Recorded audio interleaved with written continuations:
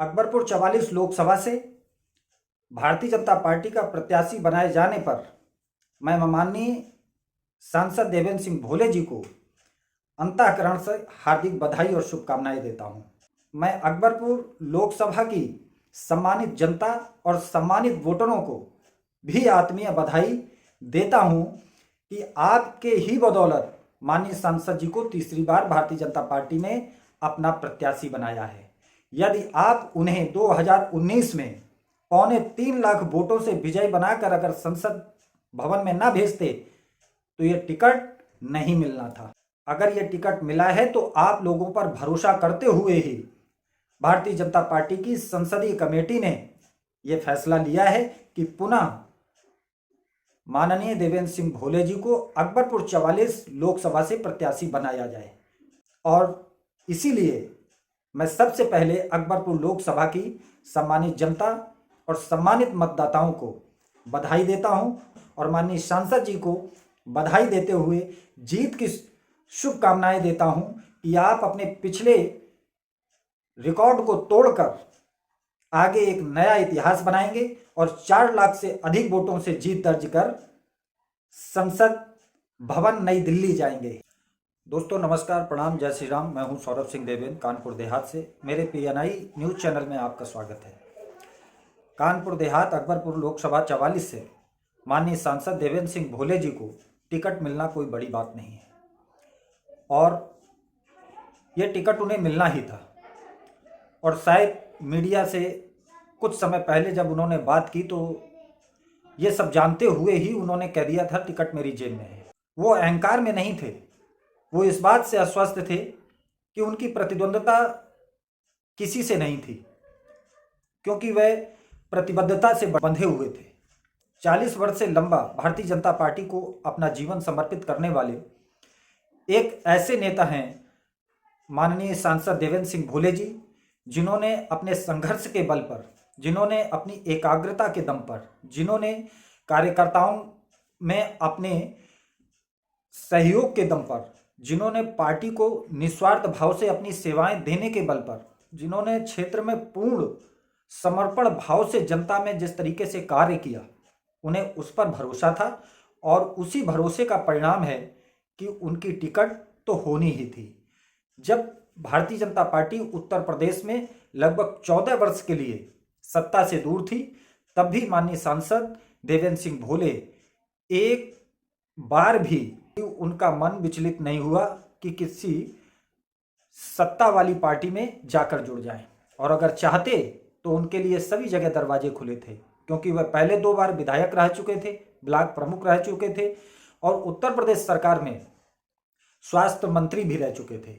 तो उत्तर प्रदेश में उनका कद भी बड़ा था और इन्हीं सारी चीज़ों को देखते हुए सारी पार्टियां चाहती भी रही होंगी कि उस समय के तत्कालीन मंत्री, यानी कि जब भारतीय जनता पार्टी की सरकार नहीं थी तो पूर्व मंत्री हो गए, पूर्व विधायक हो गए, लेकिन कद तो उनका नहीं घटा।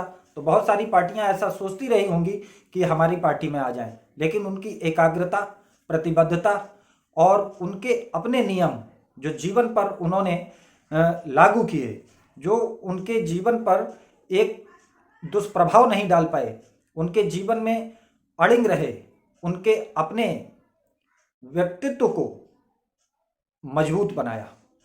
तो इन्हीं कारणों से सांसद भोले जी का टिकट हुआ और जनता में जिस तरीके से उनका स्नेह और प्रेम बराबर रहता है। आपने पिछले वर्ष देखा था कि बलवंत कांड में जब सारे लोग कुछ न कुछ षड्यंत्र कर रहे थे, तब सांसद भोले जी एकाग्र चित मन से जनता को समर्पित होकर और उन्होंने बलवंत के परिवार की किस तरीके से मदद की थी। और अपने ही कुछ लोगों ने उनके खिलाफ षड्यंत्र कर दिया था ताकि अपनी ही समाज में उनको गिराया जा सके, लेकिन ऐसा नहीं हुआ। उनके परिवार को न्याय मिला, दोषियों को जेल जाना पड़ा, उन सभी के ऊपर मुकदमे दर्ज हुए और बलवंत की पत्नी को सरकारी नौकरी, अच्छी सरकारी नौकरी देवेंद्र सिंह भोले जी के बदौलत मिली।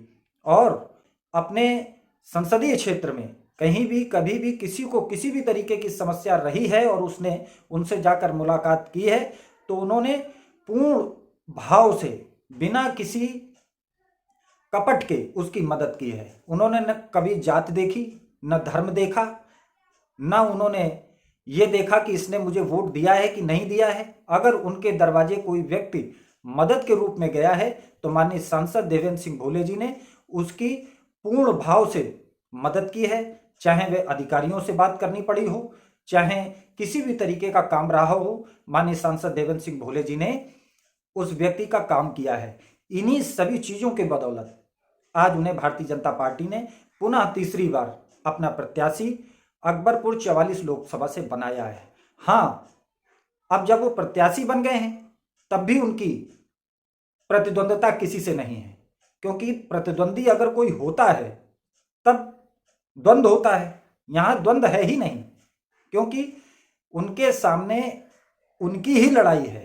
पिछली बार 3.25 लाख वोटों से वो जीते थे और इस बार वो स्वयं से ही लड़ रहे हैं और उन्हें इस बार लगभग 4 लाख वोटों से जीत दर्ज होगी, ये यहाँ की जनता कह रही है। तो किसी प्रत्याशी, किसी पार्टी के प्रत्याशी से उनकी कोई लड़ाई नहीं है और ना ही वो किसी को अपना प्रतिद्वंदी मान रहे हैं, ना इस अकबरपुर 44 लोकसभा की जनता उनका किसी को प्रतिद्वंदी मान रही है।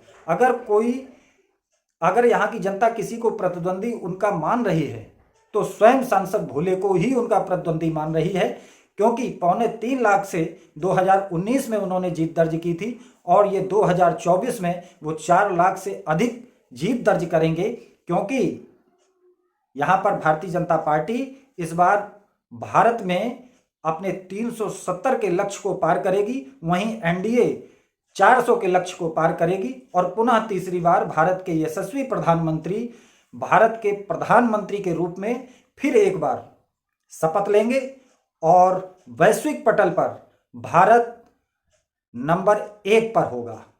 ये मैं एक आम नागरिक होने के हैसियत से पूरे भरोसे के साथ, क्योंकि जो मोदी का भरोसा है, मोदी पर विश्वास है, वो ऐसे ही शब्द निकालेंगे। मैं एक आम नागरिक हूं, लेकिन आश्वस्त हूं कि मोदी जी जब तीसरी बार देश के प्रधानमंत्री की शपथ लेंगे तो हमारा देश, अपने देश में तो खुशहाली आएगी ही, लेकिन विश्व पटल पर भी हमारा देश नंबर 1 पर देखा जाएगा। और वैसे भी इस पिछले 10 वर्षों में भारत बहुत नई ऊंचाइयों पर गया है। भारत ने नए नए इतिहास बनाए हैं। इसके पहले 10 वर्ष पहले भारत की स्थिति क्या थी? भारत के प्रधानमंत्री, विदेश मंत्री, गृह मंत्री, रक्षा मंत्री जब विदेशों में जाते थे तो विदेशों में अमेरिका हो, चाहे चीन हो, चाहे और भी शक्तिशाली देश हो, चाहे रूस हो, इन सभी के प्रधानमंत्रियों के पीछे हमारे देश के प्रधानमंत्री खड़े होते थे। लेकिन आज हमारे देश के प्रधानमंत्री माननीय नरेंद्र मोदी जी एक अपनी पहचान के साथ आगे खड़े होते हैं और ये देखकर भारत के 144 करोड़ भारतवासियों का सीना चौड़ा होता है और गर्व की अनुभूति होती है। तो मैं आप सभी से, सौरभ सिंह देवेन, पुनः आग्रह करता हूं, अकबरपुर 44 लोकसभा को हमें इतनी मजबूती के साथ जिताना है। देवेंद्र सिंह भोले जी को 4 लाख वोटों से अधिक जीत दर्ज करा के लोकसभा के चुनाव में संसद भेजना है, ताकि माननीय नरेंद्र मोदी जी अपनी नई कैबिनेट में हमारे कानपुर देहात अकबरपुर के सांसद महोदय को अपनी कैबिनेट की सदस्यों वाली टीम में शामिल करें और देवेंद्र सिंह भोले जी केंद्रीय मंत्री के रूप में देखे जाएं। और ये निश्चित होगा और ये निश्चित तय भी होगा। और ये मेरे अंतःकरण की आवाज़ है और इस क्षेत्र के जनता की आवाज़ है कि वो निश्चित रूप से इस बार कैबिनेट मंत्री बनाए जाएंगे। नमस्कार, जय श्री राम, जय हिंद, जय भारत।